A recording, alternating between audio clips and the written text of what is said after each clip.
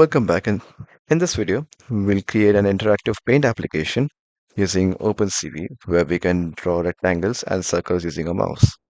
First, we import the CV2 and the NumPy libraries. We define some global variables as well. First, a drawing, which tells us if the mouse pad is pressed or not. A mode, which controls whether we are drawing rectangles or circles. And X and IY to note the starting positions of the mouse. We also define a list of colors and a color underscore index to keep switching the colors between them. Then we create a white canvas and we save it as img. And we also add a history function where we can implement our undo function that we need to implement later. Next, we define a draw function which handles mouse events. So when we press the left mouse button, the drawing starts.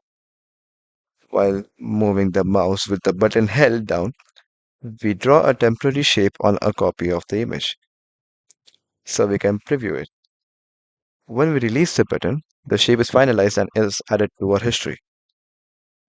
We use the cv2.setMouseCallback function to connect this function with our window.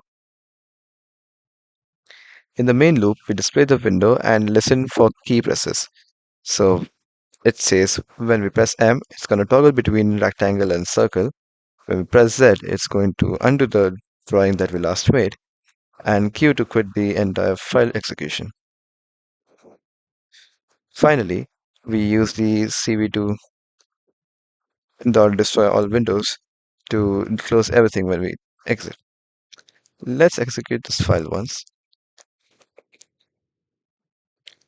As you can see, there's a white blank image that's over here, and currently we're on the mode which has circles. So let's click the left mouse button and drag it there, and it creates a circle. But now if I press M, it says the mode has changed to rectangle. So now I do the same function, it's going to draw a rectangle. It has those rolling color indexes as well. So it keeps changing between these three colors, which is the BGR. Now, if I make a rectangle and I want to undo it, I press Z and it goes back to the history. This is all that's to be shown in this file. And thank you for watching. Thank you.